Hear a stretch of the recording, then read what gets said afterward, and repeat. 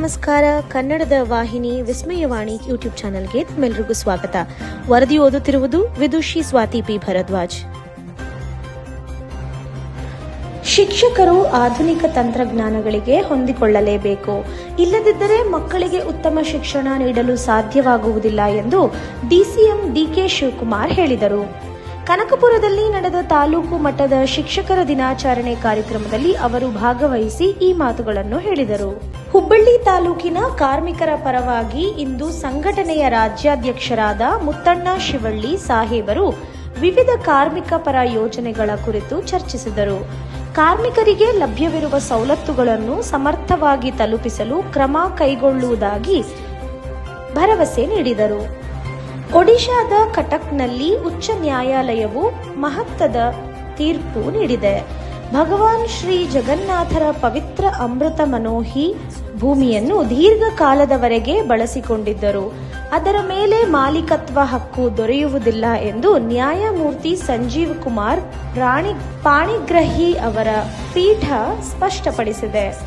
ಕಟಕ್ ಸದರ ಪ್ರದೇಶದ ಒಂದು ಕಾರ್ಮಿಕ ಕುಟುಂಬವು 50 ವರ್ಷಗಳಿಂದ ವಾಸಿಸುತ್ತಿದ್ದ ಆ ಭೂಮಿಯ ಮಾಲೀಕತ್ವಕ್ಕಾಗಿ ಸಲ್ಲಿಸಿದ್ದ ಅರ್ಜಿಯನ್ನು ನ್ಯಾಯಾಲಯ ತಿರಸ್ಕರಿಸಿದೆ.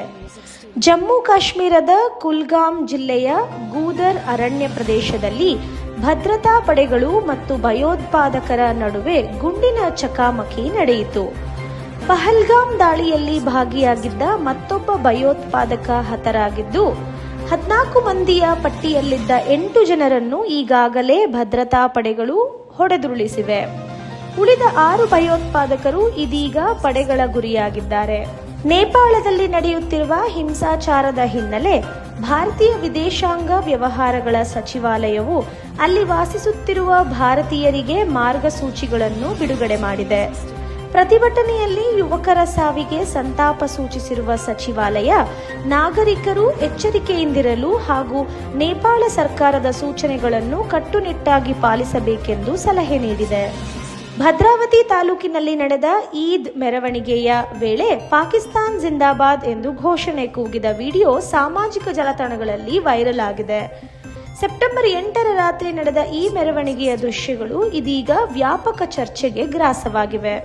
ಅಮೆರಿಕದ ಮಿಚಿಗನ್ ರಾಜ್ಯದ ಟ್ರಾಯ್ ನಗರದಲ್ಲಿರುವ ಭಾರತೀಯ ದೇವಾಲಯದಲ್ಲಿ ಕನ್ನಡ ಕುಟುಂಬ ಸಂಘಟನೆಯಿಂದ ಸುಭದ್ರ ಕಲ್ಯಾಣ, ಯಕ್ಷಗಾನ ಮತ್ತು ಸಾಂಸ್ಕೃತಿಕ ಕಾರ್ಯಕ್ರಮಗಳನ್ನು ಪ್ರಸ್ತುತಪಡಿಸಲಾಯಿತು.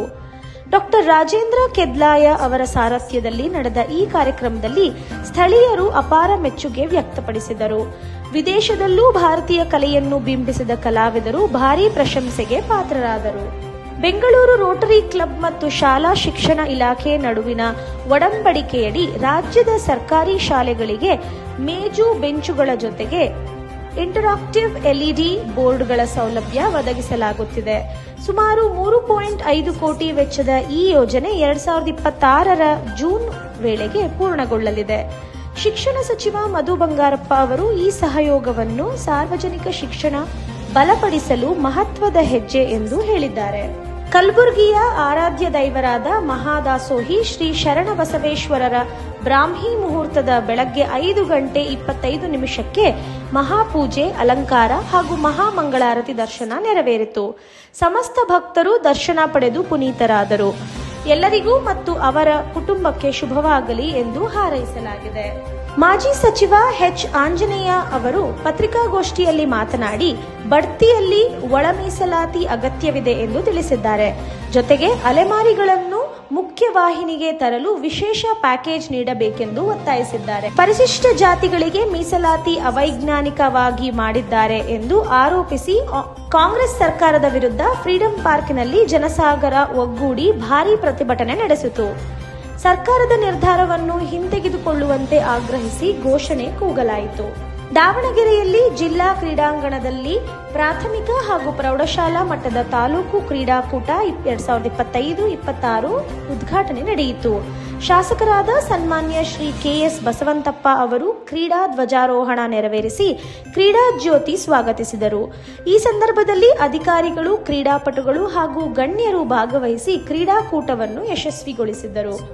ಕೆಆರ್ಪೇಟೆ ತಾಲೂಕಿನ ಕಿಕ್ಕೇರಿ ಗ್ರಾಮ ಪಂಚಾಯಿತಿಗೆ ನೂತನ ಅಧ್ಯಕ್ಷರಾಗಿ ಕೆಬಿ ಚಂದ್ರಶೇಖರ್ ಅವಿರೋಧವಾಗಿ ಆಯ್ಕೆಯಾಗಿದ್ದಾರೆ.